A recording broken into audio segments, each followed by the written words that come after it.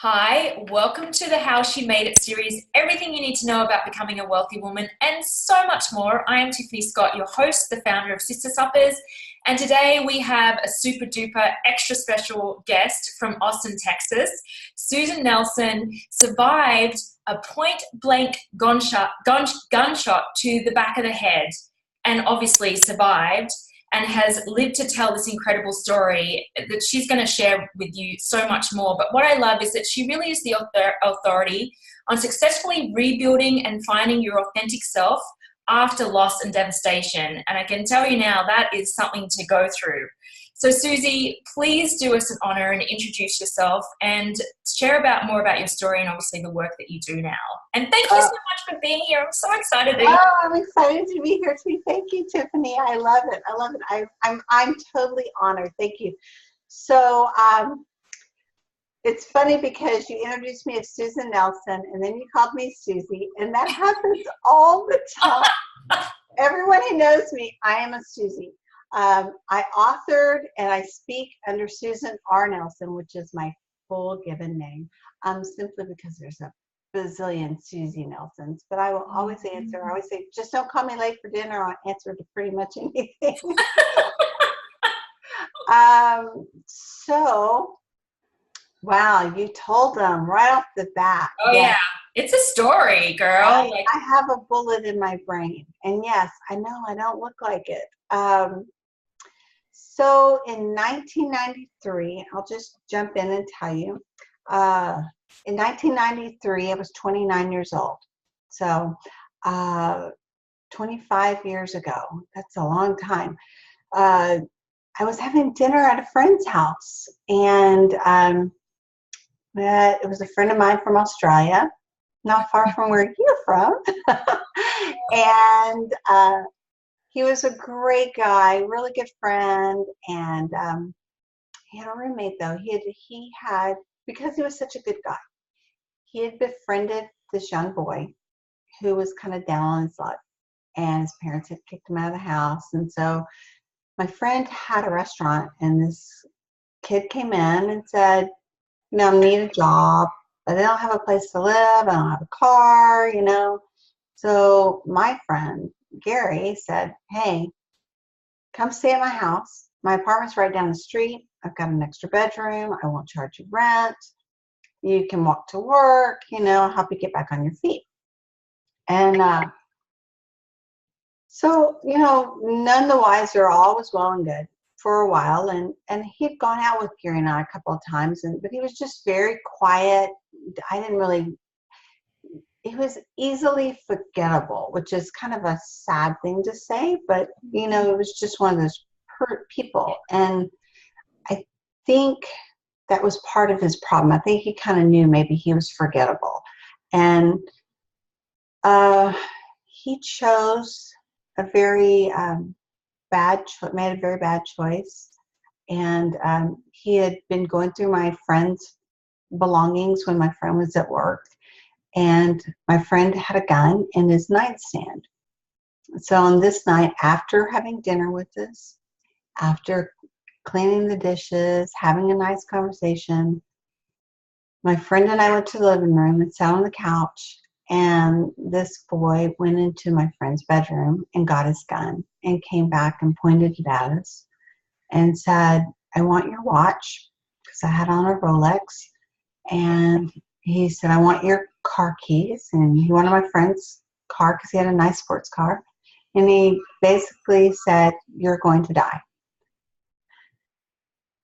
And just like that gasp, we were like, thinking it's untrue. It's not true.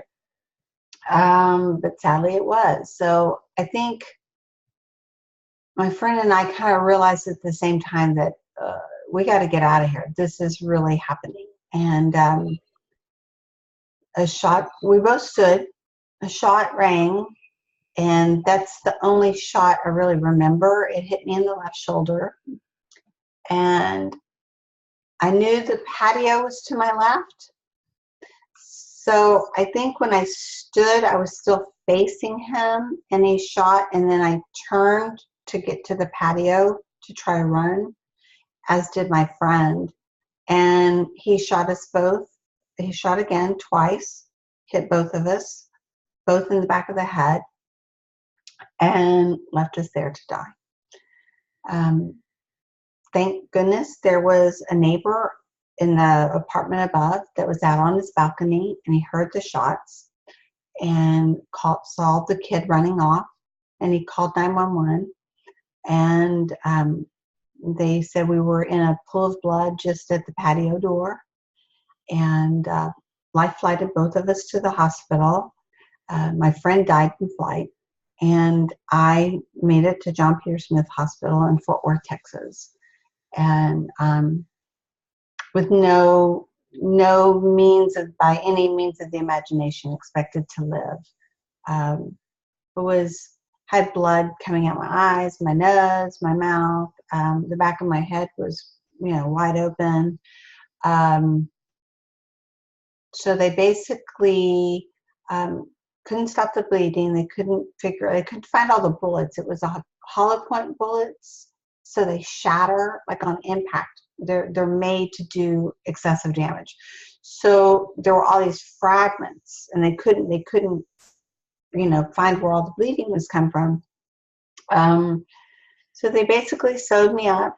They put this foam in my brain, in my skull, and it kind of, I call it fix a flat. I mean, it's literally this sealant, and they filled my brain up with that, and they sewed me up, and they said, we'll alert the family that she won't make it through the night. And I just kept breathing, and I was breathing. I was in a coma. I continued to breathe for 2 more weeks and stayed in a coma. And I eventually came out of the coma and didn't know what had happened. I had no memory of what had happened, didn't know why I was in the hospital. I didn't know why I couldn't move. I couldn't move my arms. I couldn't move my legs. I was paralyzed. I had tubes down my throat. I had tubes all over me, IVs, all kinds of stuff. And eventually, about a week later, some of my memories started coming back, and I recalled what had happened, and they were like, wow, she's really not going to die. And 25 years later, I'm still not planning on dying anytime soon. So that's it in a nutshell. 7 months in rehab, relearning. How long?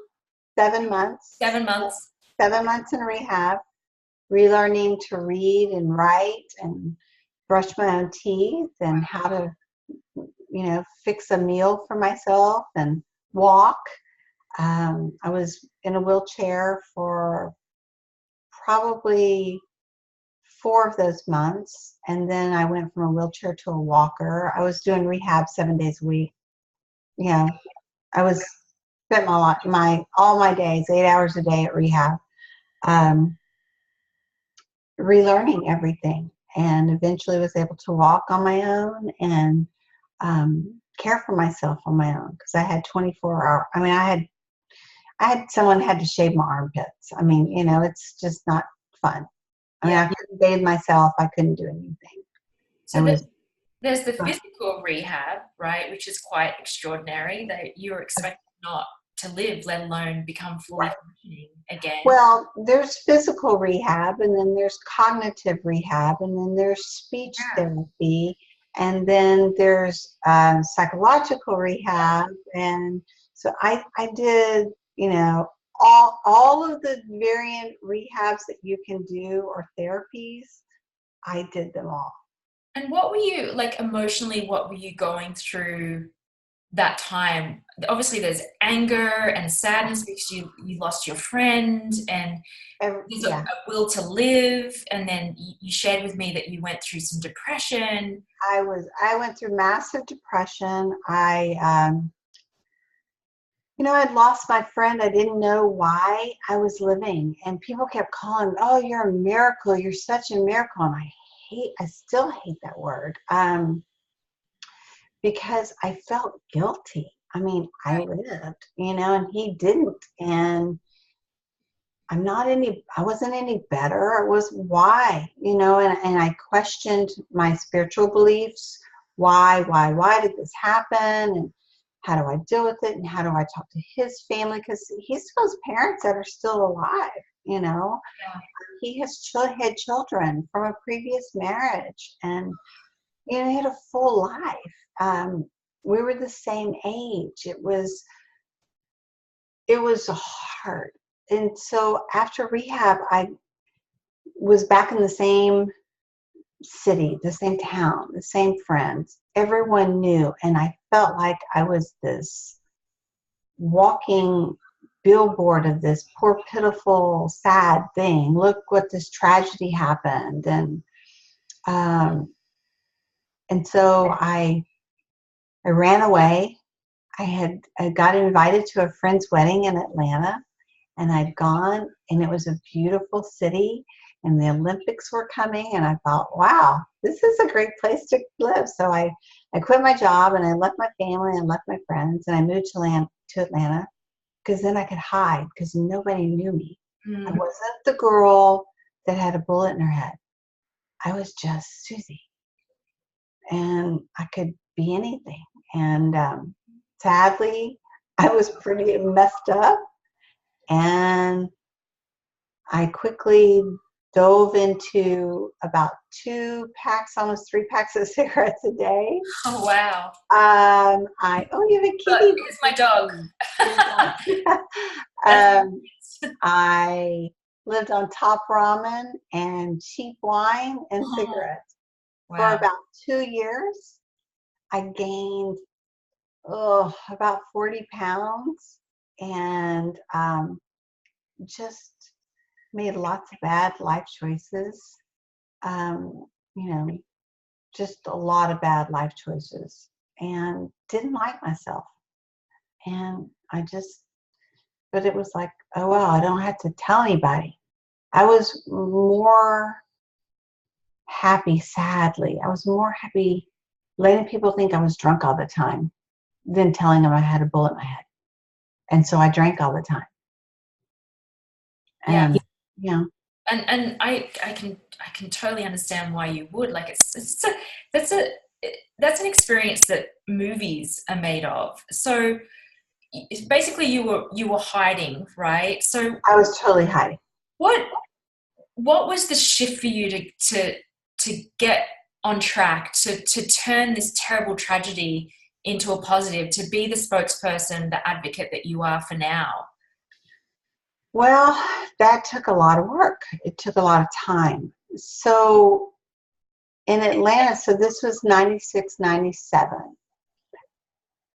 I got sick and tired of being this icky, overweight, ugly person. I couldn't fit into my clothes. I didn't have any good relationships, and I knew I needed to do something different. So I went to the doctor first off, and I said, I can't lose weight. Something is wrong. I can't lose weight. And he said, I really think you're depressed. And I'm like, no, I'm not depressed. I've got a great life. I go out every night. I'm drinking. I don't have any money, but I'm fine. Thank God I listened to him. He connected me with a good psychiatrist, and I spent a lot of time really delving into what had happened. I found a support group for brain injury people who were recovering from brain injuries, and I started working on myself. And I realized I really wanted back in Texas, so I started preparing for that. So I came back to Texas, but I didn't want to go back to the DFW area. There were too many memories that I still wasn't ready to face. So I came to Austin, and I wanted to be better, but I still didn't want anyone to know. So I devised a new plan that I was going to get better, and I was going to take care of everybody. I would get involved with all of the, battered women shelters. I would volunteer for everything. I would be a good citizen. And that's what's going to help heal me. That was going to heal my pain. And along that, somewhere in that path, I met a man who would eventually become my husband. And he was the only person I told. I told him, I showed him the newspaper articles, and I said, run, run, run, run. And he was like, you're okay. I can deal with this. And I kind of understand you a little better. And he stuck with me. And after we got married, I had a son. And he was this just amazing light and inspired me to get even more involved with different organizations, and which continued to allow me to not really be me. I mean, I was kind of me, but no one knew that I had this secret part of me. And eventually my husband said, you know what, you journal all the time, you have these great ideas, why don't you just share who you are?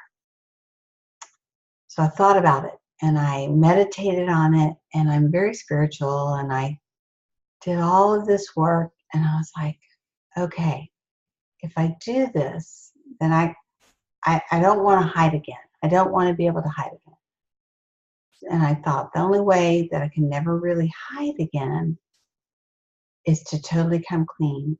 So I wrote a book about it. And then it would be in print. And no one could ever, I mean, it was there in black and white. I couldn't ever deny it, I mean, I had hospital records, and I had pictures and all of this background information and newspaper articles and so much that I wouldn't be able to hide. And that's what I needed. And when I first shared, I remember just crying all the time. Every time I shared, I couldn't talk about it because it was so painful that I was this messed up person. And eventually I realized people weren't running, and they were like, you're okay. And we're all a little messed up. And I need to take notes and write things down, and that's not unusual. And I stumble my words, and I have to practice stuff, all the things that I thought were flaws of my brain injury were just really just about being a normal person. And sharing allowed me to see that. And the more I shared, the more I wanted to share, and the more I wanted to inspire other people to share. And it just became this big snowball thing. Now I just want to talk about it all the time, and I want people to just be their authentic selves and to be the light that they really are, because we're all messed up in our own ways. I mean, no one is perfect, and that's beautiful, and I love it. So that's what I do now. I love your story so much. One, because it really is the heroine's journey, right? Like, you suffered something so traumatic, something Right. that most people would never imagine would happen to them, right? And then I still can't imagine. And now you're like the living, breathing example of taking that tragedy and turning it into good. And I know you really talk about, your authentic self, and Yes. and really owning all of who you are, your story, your history, but more so who you are today as well. And I know we've spoken about this briefly, because part of what you do is you're a lobbyist around gun laws, and you talk about that. That's the yucky part of what you do, because it's the uncomfortable part of what you do. But it's also, again, it's another example of turning your tragedy into good, bringing awareness to that. Right. What were you going to say? So, yeah, the yucky part is because, so I'm a native Texan. I grew up around guns. I mean, everyone had guns. I have family members that carry today. I have family members that are members of the NRA, and I would be a hypocrite if I said, "Oh, I got shots and now I hate guns." To me, that's, I mean, I got in a car wreck, so I don't hate cars. I mean, you don't just give up something because a tragedy happens, or a trauma, or an adversity happens. I mean, you don't quit loving because you go through a divorce. You keep going. So I wanted to speak out, but be honest and real in that I don't want to take your gun. I don't want to take anyone's gun. But the reality is that we can have responsible ownership. And the sad part is, in 1993, my friend's gun was not properly stored. So it was accessible by another person who used it. That person was a 19-year-old kid, but it could have been my friend's kid. It could have been totally worse and us not get shot, but maybe he would have lost a child. I mean, if the child had found it. So education and safe storage is very, very important to me. So that's what I lobby for, and that's what I go and speak about. I don't want to challenge the Second Amendment. I don't want to take people's guns, but I want them to be responsible with them and know the depth of that, what that ownership entails. If that makes sense. Yeah, it does make sense. And as an Australian, right, that lives in a country with vastly different gun laws to America, Right. And then living in a state like California, and then coming to Texas, where again it's different legislation and laws around gun laws. It's such a huge adjustment in the way of thinking. Mm-hmm. And I have somewhat very heated conversations sometimes with my husband, who is an American, about gun laws. And there's so many different ways to have the conversations and be objective about it and come from the different points and understand it. And I think just, again, like you having lived through it, having the experience of it, having lost someone so close to you, you are the best advocate to talk about it, and being a native Texan as well. And I think the more conversations we have about it, the better. And, this is something that we can talk about. It is such a tough conversation because people are so polarized on their view. And it really is not black and white. There really is some gray common area that we can reach.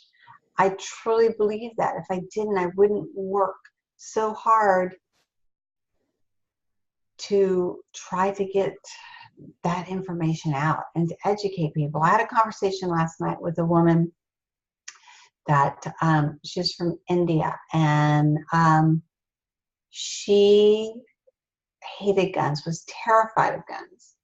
And someone took her to a shooting range, and she shot a gun. And she said it was the most exhilarating thing that she had ever done. And now she owns many guns. She goes to the shooting range. She loves it. It's like she goes, I want to become a master marksman. So I had this conversation with her, and she said, no. She goes, I don't have my license to carry. I go only to the shooting range. I go to a safe environment. She goes, I spent almost a year learning how to properly store, unlock, and reload and make sure that my guns were safe. They're not this freewheeling piece of machinery that you can just have without really being really trained, and not the training that's required right now, because right now it's a couple of hours, and safe storage they talk about for maybe 10 minutes if you're lucky. It's it's sad. I mean, to be a cosmetologist, to cut hair, you have to have like 1,600 hours of training. To drive a car, you have to have, I think, 300 hours of training, maybe even more than that. But to own a gun, you have like, I think it's 4 hours of training. I mean, it's just not enough. And I think making sure that people are educated and know how to use their guns properly, how to store them, what that is, and being able to have a conversation without it becoming a huge argument and this, I'm right, you're wrong, back and forth. I think we can find common ground. I think it's doable. I certainly hope so. I certainly hope so, because I know I've got still a long way to go. It's very polarizing for me. Mm-hmm. I'm terrified of guns, and my husband says the same thing. Like, go and experience one, shoot one. It's about the safety, understanding the safety of it, and the safekeeping of it, and all those sorts of things. But I think the fact that you have the authority to speak on this, and the fact that you are is so brave and so powerful, because people will listen to you because you've experienced it firsthand. I hope they'll listen to me. I try. I try. I'm at the Capitol quite a bit. I speak to legislators all the time. And I think the majority of them support it. But there's so many entities that are out there in organizations that use these fear factors that these politicians, they're afraid they're not going to get elected again. And until we really can have this conversation and make it commonplace, just like stopping at a railroad track and looking both ways before you cross, or not crossing a roadway that's flooded with water, until we can have conversations about that, wearing your seatbelt, and do the same with guns, then things will change. But until then, it's going to be really difficult. And so I'm chipping away a little by little, and it's getting better. And we're growing. We're a growing army of disarmed people. Oh, I'm so glad to hear that. That's beautiful, actually. Yeah. So, your 2 books. Tell us about them. Just one book. No, just one. Okay. Just one. Yes, just one. It's called The Only Light I Saw Was in Galveston, and it's a really long name. My editor hated it, but people, because I had a near-death experience, and because people say they see a light, for me, that didn't happen. The light I saw was in a home. I went into this alter reality when I was in a coma, that I was in Galveston. My car had broken down, and I needed to go get help to get my car. It was either out of gas, I don't know, but it had stopped. And there was a house in the distance, and it looked like, to me, almost like this house that my great aunt had in Galveston, because I grew up around Galveston, had family there, spent a lot of time there growing up. And so I went to it for help, and that's kind of how the whole Galveston thing came into place. And I went into this whole different reality. Not all of it pleasant. Some of it was still very dark. This is why you were in a coma? While I was in a coma. Wow. Yeah, so that's why I thought I was in Galveston. When I woke from the coma, the first thing I said was, I could barely speak. I had tubes down my throat, so my voice was very, very shallow. And a friend of mine came over, and I'd been moving my lips, and so he leaned in, and I whispered to him, I said, "We have to go get my car," because I thought my car had broken down in Galveston. And he was like, "Okay, we'll go get your car." I mean, I was in a different world. I had no idea. And they couldn't Wow. tell me because it was a police investigation. So they couldn't tell me anything that had happened. I had to remember on my own. So Oh I, my gosh. so I went for a long time thinking I had been in Galveston, but I wasn't. So that's why the title of the book. And but it's a memoir over my time in the hospital, my 7 months of rehab, and then my battle with depression and self-destruction for those first 6 years. And that's where it ends. I didn't go in. I could write another book chronologically from that time to now and the light that's come from it. Hmm. And maybe I will. But Maybe that was the second book I was thinking of. maybe that's it. But at the time, I wrote only what I could, because as I said before, when I spoke about it, I couldn't talk like this. I can I would imagine. be in tears, and I Yeah. was so insecure, and I was so ashamed, and I was so self-conscious, Yeah. and so I wrote what I could. Now I could share a lot more because I'm okay. And I know I'm okay being imperfect and being authentic and being me. So what are three things, 1 to 3 things that you could share about really stepping into and owning your authentic self? Trust yourself. Mm. You are your best judgment of who you are, and you make smart choices. Trust your brain, even if it's a little battered. Trust your heart, even if it's been broken. Trust your journey. And I would say, don't let anybody not let you speak your truth. I mean, I actually had someone tell me that I made all this up, that it was a lie and that it wasn't real. Oh my gosh. And I had to just say, okay, that's your reality. That's your truth. That's not my truth. That's not my reality. And yeah, those are probably two. Just trust, and you're okay. You're not alone. We're all a little messed up. It's okay. Totally. Yeah. And about trusting yourself, I think that's something that so many of us are challenged with, right? Like, did I make the right decision? Right. Am I making the right step right now? Am I good Absolutely. enough? Right.